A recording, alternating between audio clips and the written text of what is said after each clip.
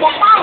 Mayaman sa lahat ng pinangkukulang. Mayaman, mamamayan dito, Pilipino, tunay, nagmula sa lahi ng dati at lakan.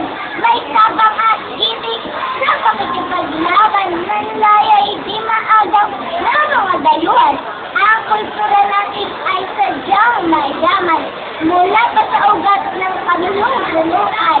Masikat, masino, malinhain tunay. Taglay ang hunay, umunlad ang buhay. Ano man gawain, kahit mandayuhan, laging iniisip, tangan ay ingatan.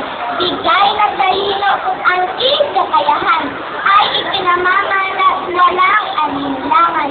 Dumating man ang bunot sa uwi ng Pinoy, may tatag na loob, dasal ang palagsoy. Tuwinay na paraang sa kapwa'y tumulog, may paniniwalang Diyos ang tutugod. Kaya gumising ka bagong kabataan, ipagpatuloy mo ang aming sinimulan.